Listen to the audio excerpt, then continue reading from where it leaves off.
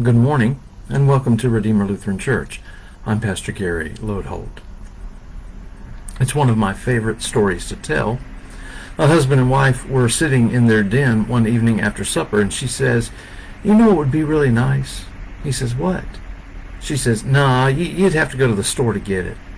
He responds, "I'd be glad to go. What would you like?" She says, "I'd like some vanilla ice cream." He gets up and says, "Vanilla ice cream, okay." She says, "You better write it down. You know how forgetful you are." And he says, "I can remember," and gets his coat. "Well, you know what else would be nice?" she continues. "What?" he responds. "Some chocolate syrup." He says, "Vanilla ice cream and chocolate syrup." She says, "You better write it down. You know how forgetful you're getting."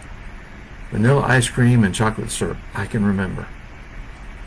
"Well, while you're at the store," she says, "some chopped nuts would really set this off." "Vanilla ice cream, chocolate syrup, and chopped nuts," he says. "You better write it down," she says. But he says, "I can remember." "Well, since you're going," she continues, "I'd really like some whipped cream, too." "Vanilla ice cream, chocolate syrup, chopped nuts, and whipped cream." "You'd better write it." He holds up his hand to stop her. "I can remember," he says.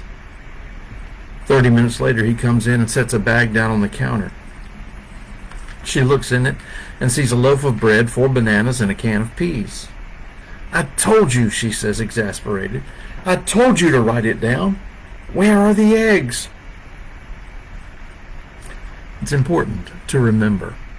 And that's why it's often so frustrating when I encounter people who want to talk about how God seems so different in the Old Testament than God appears in the New Testament.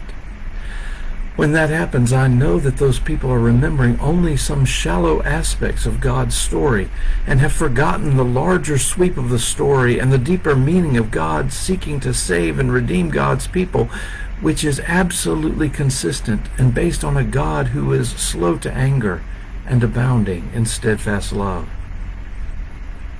So this week, I hope to walk with you through some stories in Genesis to show you the gospel according to Genesis, the ways, even then, of who God was and still is today.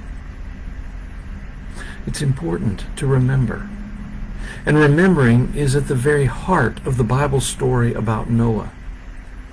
It's a story we know well, but it's not a story about a flood. No, the flood is only the backdrop for the real story. The real story here is about God's broken heart. That's where the story begins, really. The creation that God had made so good back in the Garden of Eden has all too quickly spoiled. Things are not right and not as God intended, and it breaks God's heart. Like a parent whose children have alienated themselves from the family, God's heart is grieved. And the world just can't go on as it is. And in all the world there is one man who walks with God and who follows God's ways, Noah. Now let's jump to the end of the story.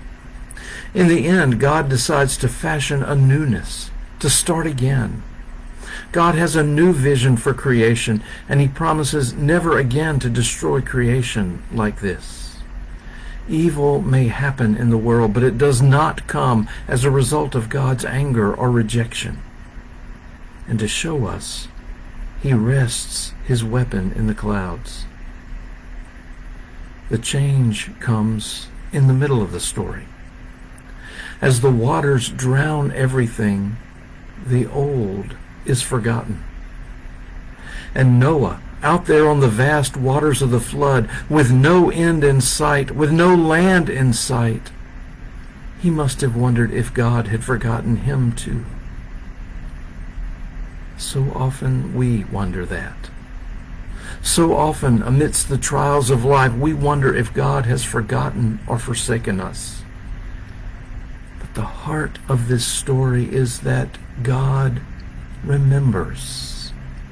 The waters of the flood have destroyed everything except God's commitment to us.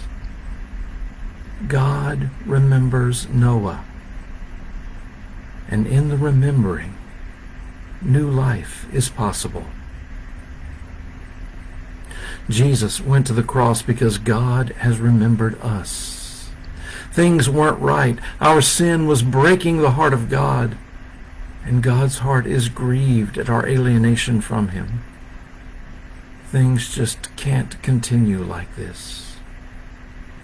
But God remembers us, and God remembers the commitment to us, and God remembers God's love for us.